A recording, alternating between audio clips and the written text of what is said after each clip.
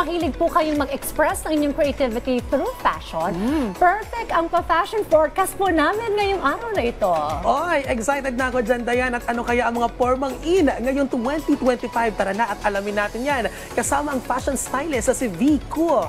Happy New Year, V, and thank you for joining us. Good morning. Good morning. And good morning, Rise and Shine Pilipinas. Yes, good morning. At syempre, sa suot pa lang ni V, Yes. parang yan na ba ang in sa 2025? Uso ba ang jeans sa 2025? Kung nakikita nyo, diba, sa mga kabataan ngayon, nauuso yung mga pag-express nila ng sarili nila, nauuso yung mga fashion. So, sila yung inspiration ko today. Okay, denim will be in for 2025. Diba yung geng-geng, mga ganon, diba?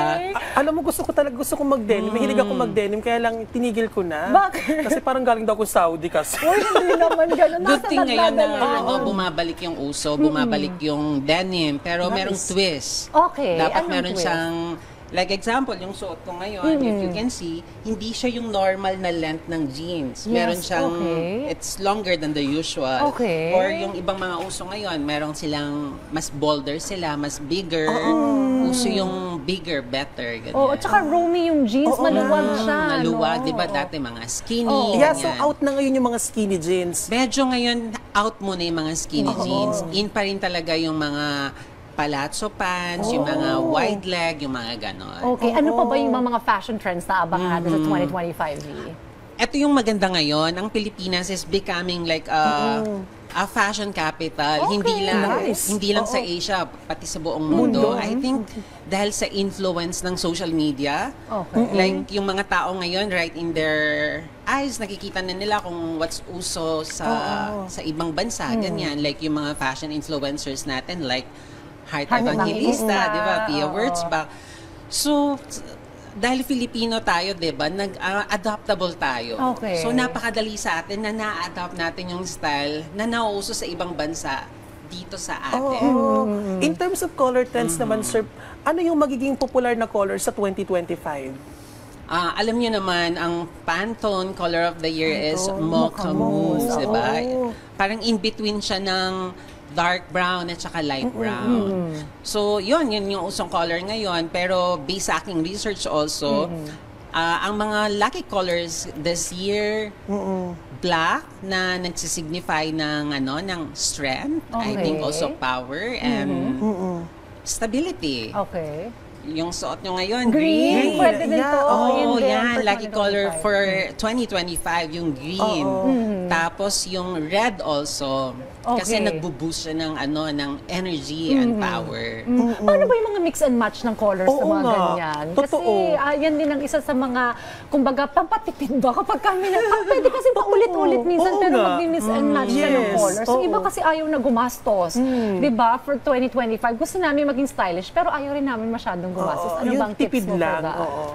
Ayun yung maganda ngayon eh. Itong taon na to, hindi kailangan maging magastos kung gusto mo maging fashionista. Try to go back sa mga basic. Like, check nyo yung mga, yung mga wardrobe ng lolo nyo, ng tatay nyo, ng lolo nyo, ganun.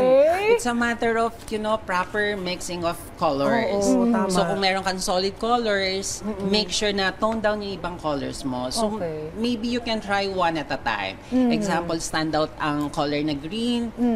Try to tone down ng pang-bottom mo na mas lighter, yung ganun, mas magaan. Para at least masarap pa rin sa mata. Oo naman. Sir, pagdating naman sa casual wear, formal wear, streetwear, ano ba yung mga papatok na style sa susunod na taon? Ako based sa observation ko ang nauuso ngayon is nagkakaroon na ng personality ang mga tao in expressing fashion. So, walang specific na uso ngayon. Ikaw yung gagawa kung what's uso. Kung nakikita niyo yung mga kabataan ngayon, walang unlike dati, diba? This is the trend. Ito yung makikita mo sa lahat. Ngayon, iba-iba. Very diverse. Pero in general, ito yung pinakamaganda ngayon. Yung fashion is babalik pa rin sa yung dati, yung sustainability. Dahil sa nangyayari sa Mother Earth natin ngayon, in pa rin ang pagkakaroon natin ng sustainable fashion. And in terms of accessories Oo, naman. ano naman ang in sa 2025 for Ayun. accessories? In ngayon yung mga chunky Oh, gold. malalaki. Yeah, Okay. malalaki, bigger, better, ganyan. Mga Okay. necklace, mga bracelets. Ang ano pa, isa sa mga common na uso ngayon na accessories, yung mga belts. Ay, Okay. babalik Bumabalik din. yung mga malalaki, maliliit, maninipis, more bling-bling, yung mga ganyan. Okay. So, bumabalik yon. Sa mga shoes naman, kung napapansin nyo, uso yung mga ballerina shoes, di ba? Even with, sa mga lalaki, nauuso siya, tapos nilalagyan niya ng medyas.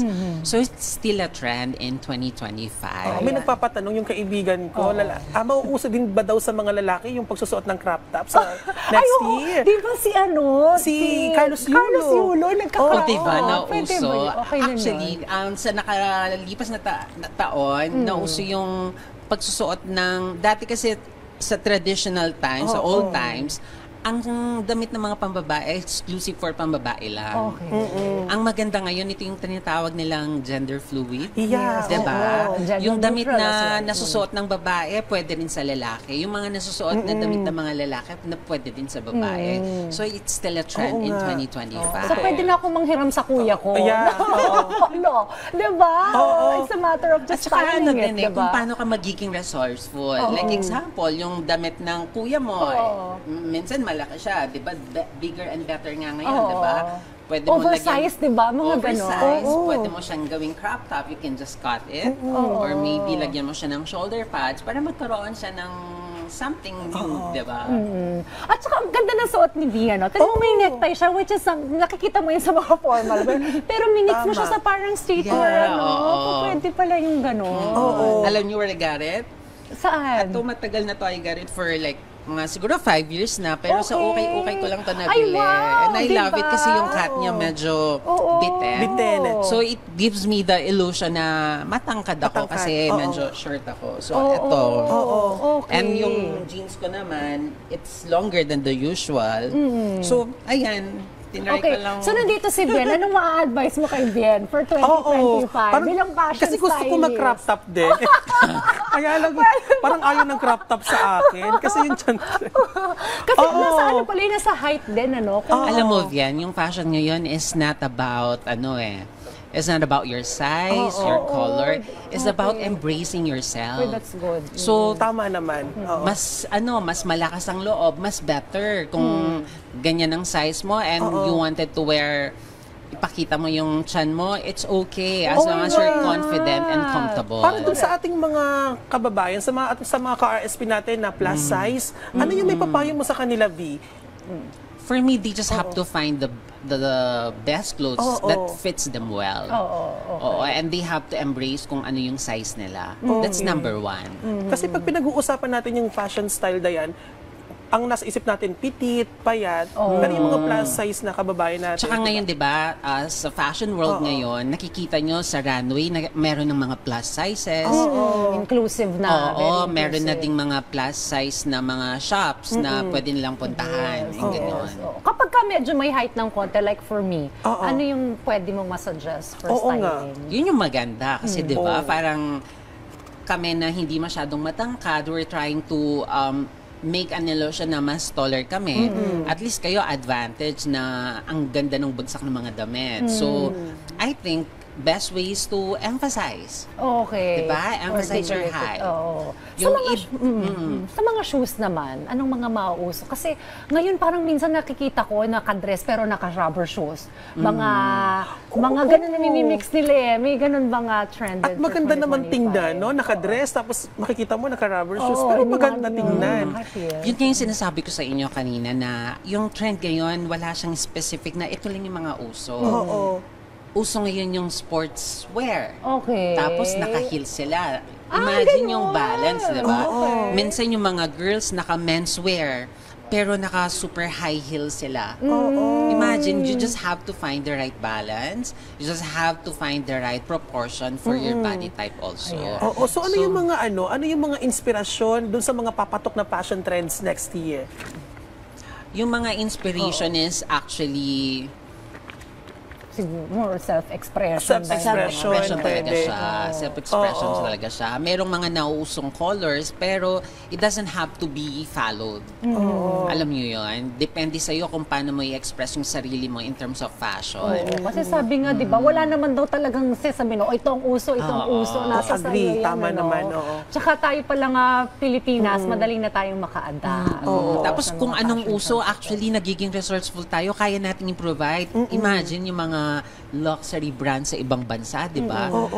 Imagine sa less than 500 pesos, lahat dito nagagawa natin. So, hindi kailangan talagang, kumbaga, gumastos ng sobra. Kaya ako, Para natutuwa maging ako na fashionable. yung fashion is not just for mayaman.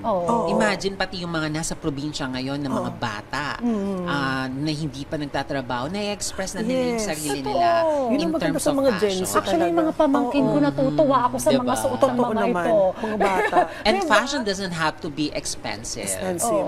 Exactly. Tira mo nga, yung kanya nga daw jacket sa ukay lang. Oo nga. Imagine ito, matagal na to. I think 10 years ago na sa akin tong necktie na to. Pero binalik ko sila ngayon kasi uso sila ngayon, diba? So, kumbaga, yung mga damit mo, wag mo talagang totally itatapon. Itapon. Itago mo lang dahil darating ang panahon, magiging uso ulit yan. Uso ulit Cycle yan. lang yun, umiikot, di ba? Okay, saan ka ba pwedeng i-follow ng ating mga netizens? Oh, you can just type my name, Vico, V-H-E-E. Last name ko is C-O. Ayan. Well, thank you. Thank you so much. Thank you. Happy New Year, Vico. Happy New Year and Happy New Year po sa inyong lahat. Ayan, let's be fashionable and stylish sa 2025. Pero hindi naman po kailangan gumastos, sabi nga ni Vic.